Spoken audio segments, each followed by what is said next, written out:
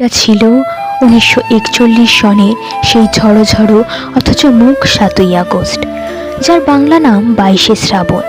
তখন সেই বয়স যখন মনের মাটিতে বড় বড় বৃষ্টির ফোঁটার দাগ পড়ে, সেই মাটিতে উদাসীন নিয়ম, কঠিন কোনো ধাতুতে ইমারত তৈরি করা কল্পনাও করা যায় না। সেই বয়স, সেই সময় জানতাম তিনি কলকাতায় আনিত, চেতনা অচেতনার মাঝখানের চৌকাঠে অনিশ্চিত অবস্থায় আচ্ছন্ন।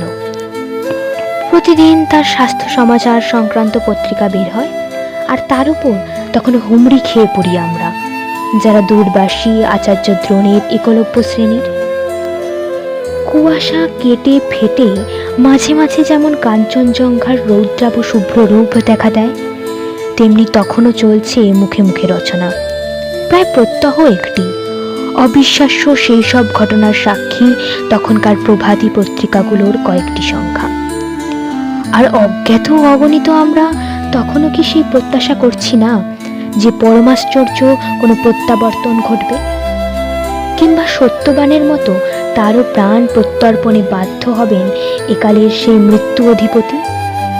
জীবন মরণের সীমানা ছাড়িয়ে কম্পিত পায়ে তিনি তো আগেও এসে দাঁড়িয়েছিলেন প্রান্তিক এক বিন্দুতে, কিন্তু ফিরেও তো এসেছিলেন আবার। ইতিহাস কি নিজেকে আবৃত করতে পারে না? আবার পারে, হয়তো করেনি। খবরের কাগজের বিশেষ সংস্করণে সেই অমোঘ সত্যটাকে শিরোধার্য করে বেরিয়ে এসেছিল রবি অস্তমিত। মুহূর্তে সব কাজ থেমে গেল। কলকাতা শহর উপচে পড়ল রাস্তায়, স্কুল কলেজ শূন্য, রাজকার্য অর্থহীন হয়ে গেল। উকিলের শ্যামলা, পাদ্রির আলখাল্লা, হলুদ আর গেরুয়া রঙের উত্তরীয়, গোল টুপি, বাঁকা টুপি, পাগড়ি, কেউ চলছে, কেউ ছুটছে, কেউ বা দাঁড়িয়ে আছে চুপ করে। থেকে থেকে ঝাঁকে ঝাঁকে বৃষ্টি তার যাবার পথটা ধুলিহীন করে দিচ্ছে। ঢেউয়ের পর আসছে ঢেউ, ভেঙে ভেঙে ঢেউ ছড়িয়ে যাচ্ছে। সেই ঢেউয়ের চূড়ায় তলায় ফেনায় ফেনায় মহামান্য নেতা থেকে সামান্য মানুষ, মানুষে গড়া জনতা মিলে মিশে একাকার। তারই মধ্যে শয়ানু বনস্পতিকে বহন করে নিয়ে গেল একদল লোক। অথচ সবার আগে আগে ওই যে তিনি নিজেই বুঝি চলছেন, চলে গেলেন। এমন নয় যে অকাল মৃত্যু, এমন নয় যে অপ্রত্যাশিত, তবু সেই মুহূর্তে কঠিন মাটি ফেটে গিয়ে গহ্বর খুলে গেল। রবীন্দ্রনাথ নেই, কি আমাদের ভালোবাসবেন, শাসন করবেন? কাকে আমরা উত্ত্যক্ত করব সেই সব তুচ্ছ দাবি নিয়ে, যা শুধু তারই হাতে রত্ন হয়ে উঠত? স্বদেশের সংকটের সময় কি আমাদের পরামর্শ দেবেন? তর্কযুদ্ধ মিটিয়ে দেবেন কে? জগৎটাকে এনে দেবেন আমাদের দরজায়। আমাদের নবজাত সন্ততির নামকরণ করবেন, আমাদের জীবনে ও প্রতিষ্ঠানগুলিতে অর্পণ করবেন স্বীয় মর্যাদা।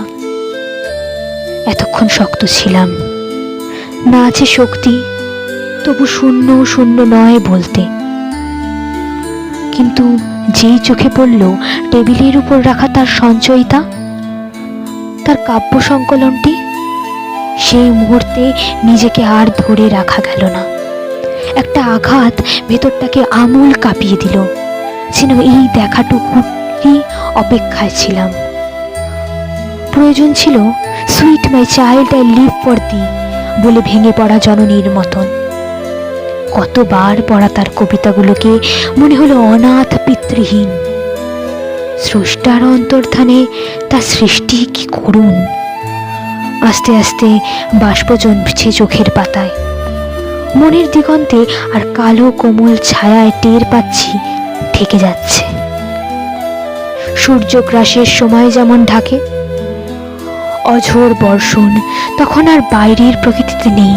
সেই জলধারা ঠাঁই নিয়েছে ঘরে ঘরে টলমল মনের মনে। পরিবেশ তখন স্নাত স্নিগ্ধ, তখন বহ্নিমান চিতা জ্বলছিল গঙ্গার